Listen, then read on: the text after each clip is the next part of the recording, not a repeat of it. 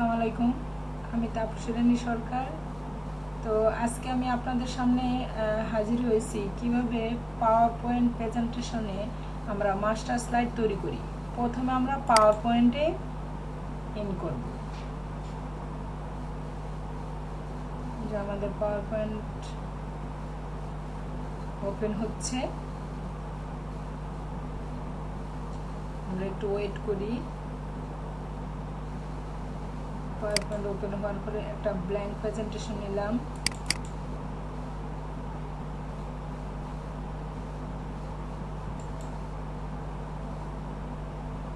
নেওয়ার পরে আমি এখন মাস্টার স্লাইড তৈরি করব। প্রথমে ভিউতে যাব। ভিউতে যেয়ে এখানে দেখেন স্লাইড মাস্টার নামে একটা অপশন আছে, তাহলে স্লাইড মাস্টারে ক্লিক করব। স্লাইড মাস্টারে ক্লিক করার পরে আমি যেটা করব, স্লাইড মাস্টারে ক্লিক করার পরে আমাদের এইরকম একটা ভিউ আসবে, ঠিক আছে। এটাকে আমরা কি করব, ডিলিট করে নিলে কাজ করতে সুবিধা হয়, সেজন্য আমি কি করতেছি, ডিলিট করে নিচ্ছি। তারপরে আমি আমার ইচ্ছা মতো ডিজাইন করব। ইনসার্টে যাব। ইনসার্টে যাওয়ার পরে এই যে আমি একটা শেপ নিলাম। শেপে যে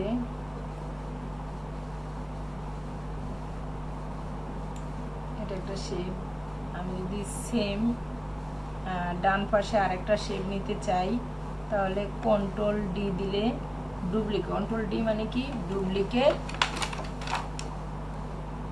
শেপ হলো। এটাকে আমি এখানে টেনে নিয়ে যাচ্ছি। তারপর এটাকে আরেকটু ছোট করলাম। করে আমি যদি এটাকে আরেকটা ডিজাইন করতে চাই, ইনসার্টে যাব, শেপে যাব, যাওয়ার পরে আরেকটা কি করলাম, রেক্টেঙ্গুলার নিলাম, নিয়ে এই যে একটা ডিজাইন দিলাম। কন্ট্রোল ডি দিলে ডুপ্লিকেট হলো। সেটাকে আমি যদি আরেকটু নিচে দিই, ঠিক আছে, এটা একটা ডিজাইন। আমি যদি আরও ডিজাইন করতে চাই, ইনসার্টে যাব, শেপে যাব, যে এটা রেক্টেঙ্গেল নিলাম, নিয়ে এখানে ছোট একটা রেক্টেঙ্গেল নিলাম, কন্ট্রোল ডি দিলাম। কন্ট্রোল ডি দিয়ে এটা নিচে রাখলাম। এরকম তিনটা রেক্টেঙ্গেল নিলাম। এটাকে আমি আর একটু বামে সরাইলাম। তারপরে এটাকে আর একটু বামে নিলাম। নেওয়ার পরে আমি এই তিনটাকে একসাথে ড্রাগ করে কি করলাম, চুজ করলাম। করার পরে আমি এটাকে হোয়াইট কালার করে দিলাম। তারপরে আমি এটাকে আর একটু বামে নিয়ে, এই যে মনে করেন এটা একটা মাস্টার স্লাইডের ডিজাইন। তারপরে আমি যদি এই মাস্টার স্লাইডের ডিজাইনটা আরও কিছু ইন করাইতে চাই বা ইনক্লুড করতে চাই, ধরেন এখানে একটা বৃত্ত নিলাম, কন্ট্রোল ডি দিলাম, ডুপ্লিকেট আর একটা বৃত্ত হলো। আবার কন্ট্রোল ডি দিলাম, আর একটা বৃত্ত হলো। আবার কন্ট্রোল ডি দিলাম, আর একটা বৃত্ত হলো। তাহলে আমি এখন এই চারটা বৃত্তকে একসাথে কি করলাম, ড্রাগ করে সিলেক্ট করে নিলাম। নেওয়ার পরে কন্ট্রোল ডি দিলাম, আরেকটা কন্ট্রোল ডি নিলাম। তাহলে কি এই ধরনের হতে পারে, অথবা এটাকে একটু উপরে নিলাম। এই তিনটাকে আমি যদি একসাথে সিলেক্ট করে মানে ড্রাগ করার পরে একসাথে কি হলো, এই তিনটা লাইন সিলেক্ট হলো। হওয়ার পরে আমি যেটা করতে পারি, ফরম্যাটে যে এটার কালার চেঞ্জ করে দিলাম, লাল কালার দিলাম। দেওয়ার পরে আমি যদি এটাকে এই শেপটার উপরে রাখতে চাই, এটা একটা ডিজাইন। জাস্ট মাস্টার স্লাইডে আমি যে ডিজাইনটা করব, প্রত্যেকটা স্লাইডে একই ডিজাইন হবে, ঠিক আছে। এখন আমি স্লাইডের নাম্বার দিব। কিভাবে দিব, এখানে আমি স্লাইডের নাম্বার দিব। এখানে যে আমি কি লিখব, নাম্বার 1 দিলাম।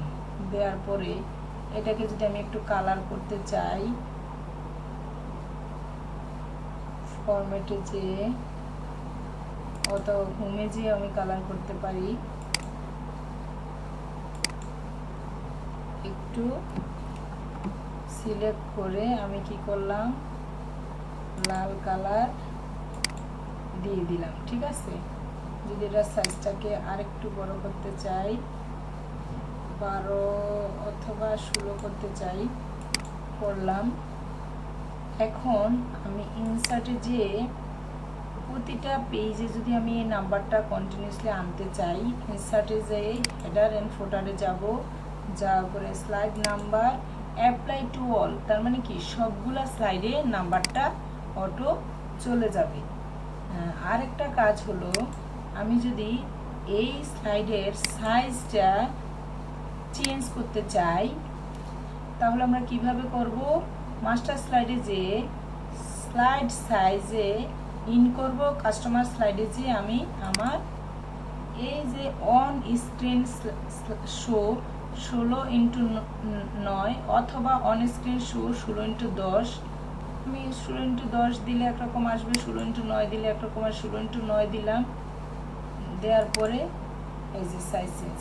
ঠিক আছে, তারপরে এখন আপনি যদি মনে করেন যে এটাকে আরও ডিজাইন করবেন, তাহলে আর একটা বৃত্ত নিলাম, নেওয়ার পরে কন্ট্রোল ডি দিলাম, আর একটা কন্ট্রোল ডি দিলাম, দেওয়ার পরে আমি যদি চাই এগুলার কালার চেঞ্জ করে দিব, সেটা আমার সম্ভব। কিভাবে, এই যে ফরম্যাটে যে শেপ ফিলে যে আমি এটা একটা কালার দিলাম, তারপরে এই বৃত্তটাকে আর একটা কালার দিলাম লাল, তারপরে মাঝেরটাকে আমি দিলাম হলুদ,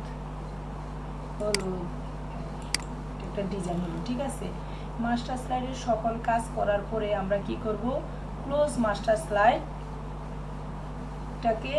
ক্লিক করব, তার মানে কি মাস্টার স্লাইড ক্লোজ হয়ে গেল। এখন আমার কাজ হলো, প্রত্যেকটা স্লাইডে আপনি দেখতে পাবেন প্রতিটা স্লাইডে সেম ডিজাইন এসেছে। ঠিক আছে, এভাবে আমরা মাস্টার স্লাইড তৈরি করব। আমি আশা করি সবাই এখন মাস্টার স্লাইড তৈরি করতে পারবেন, এবং আমি যেভাবে দেখিয়েছি এই ভিডিওটা বারবার দেখে আপনারা মাস্টার স্লাইড তৈরি করবেন। Thank you everyone. তো আমি তাহলে এখন দেখি আসলে অন্য স্লাইডগুলা একই ডিজাইনের হয়েছে কিনা। নিউ স্লাইডে যে আমি ব্ল্যাঙ্ক সাইড দিলাম, দেখেন এটা হলো 2 নাম্বার স্লাইড। অনুরূপভাবে যদি আমি আরেকটা আনি, সেটা হবে 3 নাম্বার স্লাইড। যদি আমি আরেকটা আনি তাহলে হবে 4 নাম্বার স্লাইড, কিন্তু প্রত্যেকটা স্লাইডের ডিজাইনই এক হলো। থ্যাংক ইউ এভরিওয়ান, সবাই আমার ভিডিওগুলো দেখবেন। আমি চেষ্টা করব পরপর অনেকগুলো ভিডিও